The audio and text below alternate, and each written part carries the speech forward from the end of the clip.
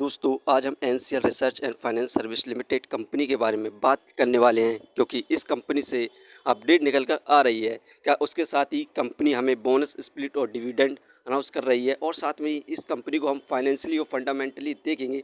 इस समय हमें कंपनी में बाय सेल होल्ड क्या करना चाहिए और कंपनी का नेक्स्ट टारगेट प्राइस क्या हो सकता है। तो आइए वीडियो को स्टार्ट करते हैं। दोस्तों, NCL research and finance service limited company एक नॉन बैंकिंग फाइनेंशियल कंपनी है जो शेयर मार्केट में इन्वेस्ट करती है, और ये कंपनी ट्रेडिंग का भी कार्य करती है। वहीं पर बात करें इस कंपनी के शेयर प्राइस की, तो इस समय इस कंपनी का शेयर प्राइस 50 पैसे चल रहा है। आज के दिन इस कंपनी के द्वारा हमें 0% के रिटर्न्स देखने को मिल रहे हैं। वहीं पर बात करें 5 साल में, तो इस कंपनी के द्वारा हमें शानदार रिटर्न्स देखने को मिले 900% के। 5 साल में इस कंपनी का हाईएस्ट प्राइस ₹2.43 गया था, वहीं मिनिमम 50 पैसे था। बात करें इस कंपनी के सपोर्टिंग रेसिस्टेंस की, जो कि 39 पैसे है। यदि कोई न्यू इन्वेस्टर इस लेवल पर बाय करता है तो अच्छे खासे रिटर्न्स पा सकता है। दोस्तों, इस कंपनी से जो अपडेट निकल कर आ रही है तो हम उन्हें देखते हैं। यहाँ पर इस कंपनी का जो क्वार्टर का रिजल्ट आया, उसमें इस कंपनी को नेट प्रॉफिट 98 लाख का हुआ।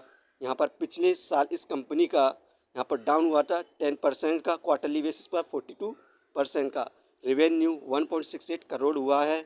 यहाँ पर शानदार रेवेन्यू रहा, लेकिन नेट प्रॉफिट में हमें इस कंपनी में यहाँ पर डिक्रीमेंट देखने को मिला है। दोस्तों, एनसीएल रिसर्च की जो बोर्ड मीटिंग थी 5 दिसंबर को, उसे होल्ड कर दिया है सेबी के द्वारा, क्योंकि यहाँ पर एनसीएल रिसर्च अपने ऑफिस को दूसरी जगह शिफ्ट कर रही है मुंबई में। यही कारण है कि इस कंपनी में हमें गिरावट देखने को मिल रही है। और यहाँ पर बात करें इस कंपनी के द्वारा जो बोनस और डिविडेंड दिया जा रहा है, यहाँ पर आप देख सकते हैं इस कंपनी को 2014 में 5% यानी कि 5 पैसे का डिविडेंड दिया गया था। और यहाँ पर इस कंपनी का हम बोनस देखें तो यहाँ पर 16 अक्टूबर 2014 का 4:1 का बोनस दिया गया था।